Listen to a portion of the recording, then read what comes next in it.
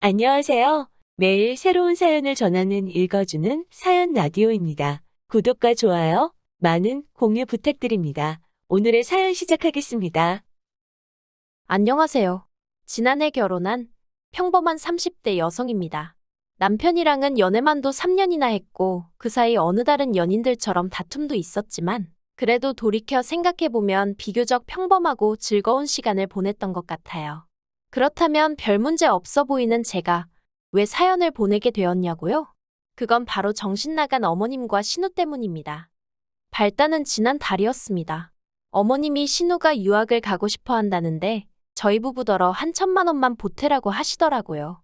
그런데 그 말씀이 부탁이 아니라 어찌나 당당하고 마치 명령같이 들리던지 저는 순간 제가 어머님께 무슨 빚이라도 졌나 싶었다니까요. 가족이니까 돕고 살아야 한다는 말씀을 덧붙이셨는데 가족이라. 그 말 한마디가 저로 하여금 지나간 시간들을 되짚어보게 만들었습니다.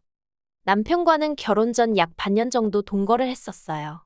남편은 당시 회사 근처에서 오피스텔 전세를 얻어놓고 살고 있었거든요. 그런데 계약이 끝나는 시기도 애매해졌고 그렇다고 월세로 돌리자니 새가 보통이 아니더라고요. 그러자 남편이 먼저 동거 이야기를 꺼냈습니다. 저도 당시 회사 근처에서 전세로 살고 있었는데 제가 살던 곳은 방도 2개고 하니까 자기가 잠깐 신세 좀 지면 안 되겠냐대요.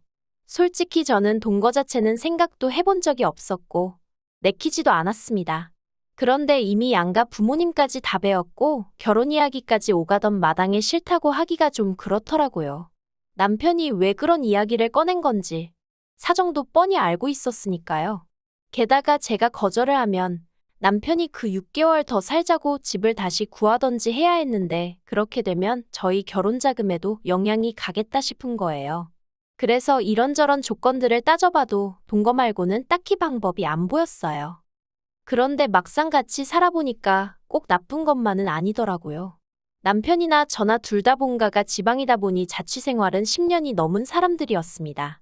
그렇다 보니 더는 혼자가 아니라는 사실이 낯설기도 하면서 동시에 뭐랄까 안정감을 느꼈다고 해야 할까요? 집에서 같이 저녁 먹을 사람이 있다는 사실 자체가 퇴근길을 기분 좋게 만들더라고요.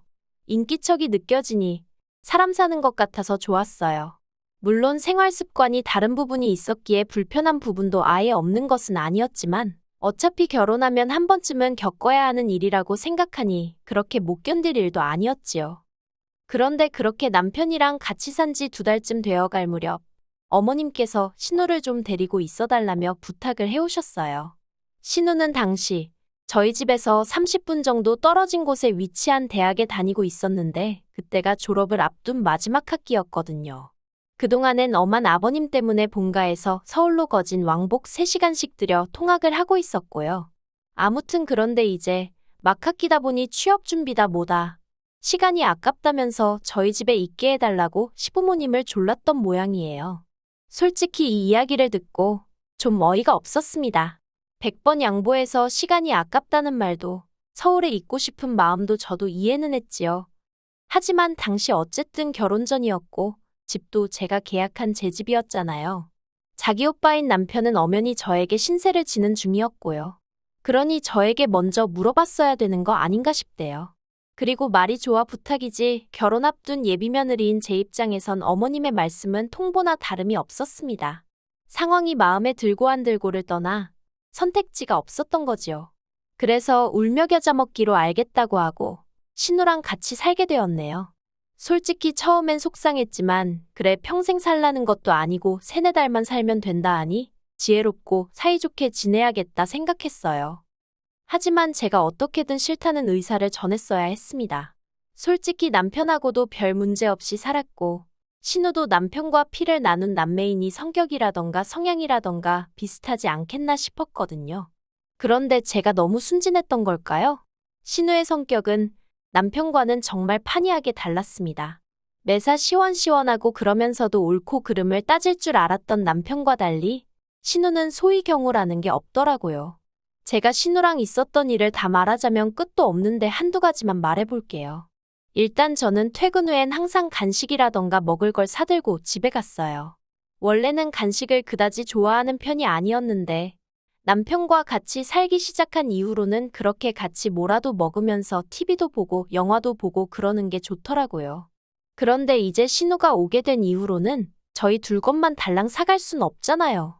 그래서 인원수에 맞춰서 3개씩 사가기 시작했습니다.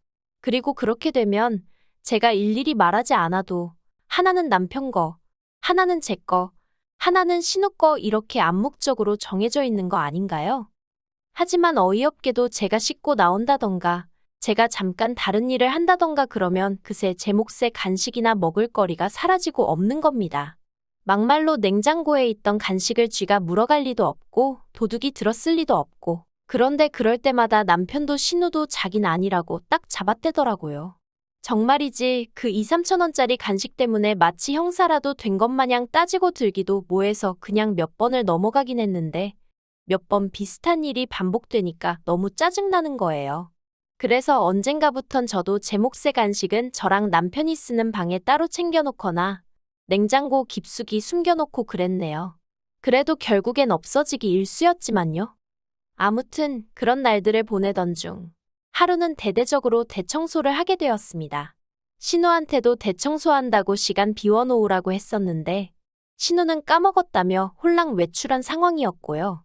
얄미워서 신우가 쓰는 방은 빼고 해버릴까 하다가 그러다 괜히 문제 생기면 집주인한테 전화 욕먹지 싶어서 그 방도 청소를 해주려고 방문을 열었는데 세상에 막말로 돼지우리가 따로 없더라니까요. 하루에 샤워도 2번씩 하고 화장을 하는 건지 그림을 그리는 건지 그렇게 공들여 화장도 하는 신우였는데 방은 아주 개판을 쳐놨더라고요. 그리고 그 상황에서 저를 더 황당하게 한 건 그간 없어졌던 간식들의 포장지나 비닐들이 다 신우방 침대 밑에서 나왔다는 거지요. 그 쓰레기를 다 끄집어내서는 거실을 청소 중이던 남편을 불러서 직접 한번 보라고 했어요. 남편이 한동안 말을 잇지 못하대요. 그리고 그뿐만이 아니었습니다. 이미 짜증은 짜증대로 나 있었지만 그것과는 별개로 청소를 하다 보니 신우의 누래진 이불이 제 눈에 들어오더라고요. 그리고 생각해보니까 저희 집에 온 이후로 자기가 매일 덮고 자는 이불을 한 번도 빠는 걸 못 봤다 싶대요. 남편더러 아가씨는 이런 게 찝찝하지도 않나 봐 어떻게 이래놓고 살지. 한마디 했더니 집에서는 어머니가 다 해주셨으니 그런 거 아니겠냐며 그래도 동생이랍시고 감싸더라고요. 그리고 한편 저는 저대로 좋은 마음으로 청소하는 김에 다 해주자 싶어가지고 이불을 들쳤더니 거기엔 또 생각지도 못한 물건이 있었습니다. 바로 제 옷들이었지요. 그동안 찾아도 없길래 내가 세탁소에 드라이라도 맡겨놓고 안 찾아왔나. 친정에 갖다 뒀나 하고 막연히 생각만 하고 있던 옷들이 거기 다 있더라니까요. 같이 이불을 끄집어내던 남편도 신우 침대 위에 아무렇게나 포개진 제 옷을 보더니 한숨을 푹 내쉬대요. 그리고는 잠시 저를 쳐다보더니 그대로 신우한테 전화를 하러 가더라고요. 저는 저대로 어이가 없어가지고 남편을 말려야겠다 뭐 그런 생각도 못했습니다. 그리고 1~2시간이나 지났을까? 신우가 집에 들어왔어요. 그런데 저는 솔직히 신우가 꽤나 기죽어서 들어오지 않을까 싶었거든요. 그런데 이게 웬걸. 자기가 뭘 잘했다고 아주 기세등등해서 들어오대요. 그리고는 저더러 한다는 말이 방주인도 없는데 방문을 열어보는 게 어딨냐면서 저더러 매너가 없다고 아주 발악을 하는 거예요. 방구 낀 놈이 성낸다고 해야 하나? 황당해서 제가 신우더러 아가씨는 할 말이 지금 그거밖에 없어요? 그동안 내 간식이랑 그런 거 아가씨가 다 갖다 먹은 거 맞죠? 그리고 남이 옷은 왜 이렇게 숨겨놨어요? 언제 와서 가져간 거예요? 하곤 다다다다 쏘아댔습니다. 신우가 당황을 한 건지 점점 목에 핏대를 세우더니 기껏 한다는 소리가 자긴 제가 무슨 말을 하는 건지 모르겠대요. 저더러 혹시 자길 쫓아내고 싶어서 제가 이런 상황을 꾸민 것 아니냐는 헛소리까지 하더라니까요. 아주 신우가 눈을 희번덕거리면서 달라드는데 쌍욕을 해줄 수도 없고 이걸 어떻게 하지 그러고 있었습니다. 그런데 그때였어요. 벼랑간짝하는 소리와 함께 남편이 신우 뺨을 때렸더라고요. 그러면서 지금 뭘 잘했다고 그러냐며 저한테 당장 사과부터 하라 했습니다. 하지만 신우는 사과 대신 벌개진 뺨을 부여잡고는 남편과 저더러 재수없다며 욕을 하곤 그대로 집을 나가버리대요. 그리고 이튿날 신우는 보란듯이 어머님과 함께 집에 들어왔어요. 밤새 걱정했기에 안심이 되면서도 동시에 어머님을 뭐 한다고 모시고 왔나 싶어서 솔직히 한심하더라고요. 일이 커질 것은 불보듯 뻔한 일이었으니까요. 그리고 아니나 다를까 어머님과 남편이 정말 누구누구 목소리가 더 큰지 겨뤄보는 것도 아니고 아주 고성을 내지르며 한마디로 난리가 났었네요. 그리고 며칠 뒤 신우는 치사하고 더럽다며 짐 빼서 저희 집을 나가더라고요. 생활비도 한 푼 안 내면서 밥은 따박따박 다 챙겨 먹고 잠도 잘 자놓고 말이에요. 여기까지 적고 나니 그런 꼴을 보고도 제가 왜 결혼을 했는지 궁금하실 수도 있겠네요. 그런데 솔직히 그 당시 상황이 거지 같긴 했어도 제가 직접적으로 피해를 입은 건 없었거든요. 물론 제가 잘못한 것도 없었지만요. 아무튼 그래서 당시엔 생각하기를 어머님 아버님과 같이 살 것도 아니고 신우랑도 매번 마주칠 것도 아닌데 남편만 괜찮으면 됐다고 단순하게 생각을 했어요. 그리고 그런 면에선 앞으로도 시댁 식구들 대 저로 무슨 일이라도 생기면 남편이 제 편을 들어주겠다는 그런 확신을 갖게 되었거든요. 그래서 이 사람이면 믿고 살아도 되겠다 싶어서 결혼은 계획대로 진행하게 된 거지요. 하지만 막상 식을 올리고 나니 시자는 시자구나 싶대요. 신혼여행에서 다녀오고 얼마 되지 않아서 아버님 생신이었거든요. 남편과 함께 선물을 사들고 시댁을 찾았습니다. 그런데 현관문을 열어주시는 어머님 표정이 무척이나 어둡더라고요. 그래서 제가 남편에게 귓속말로 혹시 무슨 일이 있었냐고 물으니 남편도 영문을 모르겠다는 눈치였지요. 하지만 집 안으로 들어서자마자 어머님이 저에게 앞치마를 거의 집어던지다시피 주시면서 아버님 생신인데 점심때 딱 맞춰오는 며느리가 세상 천지에 어딨냐 화를 내시대요.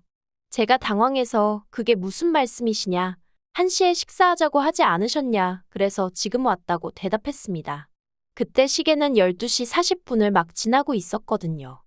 그러자 어머님이 하시는 말씀이 1시에 식사하자 했으면 최소한 11시까지는 와서 점심상 차릴 생각을 했어야 하는 거 아니냐고 하시는데 솔직히 황당하더라고요. 남편과 결혼했다는 이유 하나로 남편도 챙기지 않는 아버님 생신상을 제가 차려야 하는 건지 그리고 그걸로 욕을 먹어야 하는 건지 어느 것 하나 제대로 납득이 되질 않았으니까요. 게다가 집에는 신우도 있었는데 신우는 거실에서 아버님과 TV를 보고 있었습니다. 그렇게 아버님 생신상이 중요한 일이었다면 신우랑 어머님이 하실 수도 있는 거 아닌가 싶대요. 어머님께 욕을 먹는 내내 이 집안에서 난 뭐지? 하는 생각만 들고 피곤하더라고요.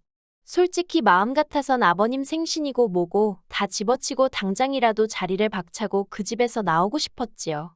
하지만 이제 막 시집온 며느리가 그런 생각을 행동으로 옮길 만한 패기는 없었어요. 할 수 있는 일이라곤 그저 밥이 코로 들어가는지 입으로 들어가는지도 모르게 밀어넣고 준비해간 선물 건네드리고 불이 나게 서울로 올라오는 것뿐이었달까요. 그리고 지난 연말에는 남편과 제가 2박 3일로 여행을 다녀왔거든요.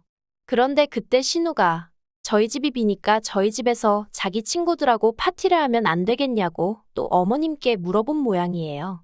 네, 이번에도 저나 남편이 아닌 어머님한테 먼저 허락을 구했더라고요. 그리고 어머님은 그런 신우에게 그러라고 허락을 하셨다면서 저희 현관 비밀번호를 물어보셨습니다. 하지만 일전에 당한 바가 있으니 같은 실수를 2번 할 수는 없잖아요. 그래서 안 된다고 딱 잘라 거절을 했네요. 그러자 신우가 어머님과 저희 남편에게 서운하네 어쩌네 아주 난리를 친 모양이에요. 오죽했으면 어머님이 저희 부부를 소환해 하나밖에 없는 신우이라면 잘해주라고 여러 번 당부까지 하셨을까요? 그리고 그런 일들이 몇 번이고 반복되는 와중에 학비를 보태주란 소리가 나온 겁니다. 제가 도와주고 싶을 리가 없지요. 그래서 엊그제 어머님께 학비는 못 보태준다고 말씀드렸어요.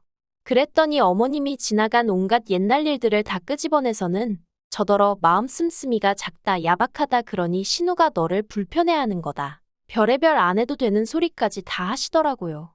그래도 결국엔 어른한테 이런 표현은 쓰고 싶지 않지만 저는 어머님이 스스로 당신 발등을 찍으셨다 생각합니다.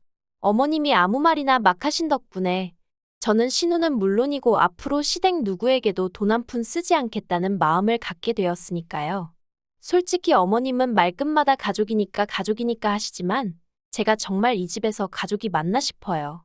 명절이고 뭐고 모였다 하면 남들이 하기 싫은 일이 제가 할 도리이고 남들이 모른 채 하는 일이 제가 알아서 먼저 챙겨야 하는 일이고 그러면서도 누구 하나 저는 어떤 사람인지 뭘 좋아하는지 묻지도 알아보려고 하지도 않았거든요. 저에 대해서 아무것도 모르고 관심도 없으면서 가족을 운운한다. 솔직히 너무 가식적이지 않나요? 정말이지. 시간이 갈수록 제 안에는 억울한 마음이 쌓이고 있네요. 남편과 이혼을 하지 않는 한 어머님과는 사이좋게는 아니더라도 형식적인 관계는 유지해야겠지요. 그래서 딱 거기까지만 할 생각이에요. 시댁과 대화하고 함께 시간을 보내며 가족이 되려는 노력을 하고 싶지도 않네요. 신혼의 초창기 때는 그래도 어떻게든 인정받고 싶은 욕심이라도 있었지만 만날 때마다 영혼이 털리는 마당에 이젠 인정 같은 거 안 받아도 되고 차라리 모른 채 해주셨으면 좋겠다 싶어요. 남편도 이런 상황을 잘 알고는 있지만 한다는 말이 자기가 달리 해줄 수 있는 것이 없다며 딱따구리 마냥 미안하단 소리만 합니다.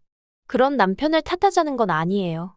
솔직히 남편 말대로 남편도 그렇고 저도 그렇고 뭐라도 달리 할 수 있는 일이 없거든요. 더 까놓고 말하자면 하고 싶지도 않고요. 그저 앞으로도 시댁과는 이 정도의 거리를 유지하며 살 생각입니다. 그게 남편이나 제가 저희 가정을 지키는 길이 될 것 같으니까요. 긴 이야기 들어주셔서 감사합니다. 오늘의 사연은 여기까지입니다. 구독과 좋아요, 알람 설정해주시면 앞으로 더 좋은 사연으로 찾아오겠습니다. 감사합니다.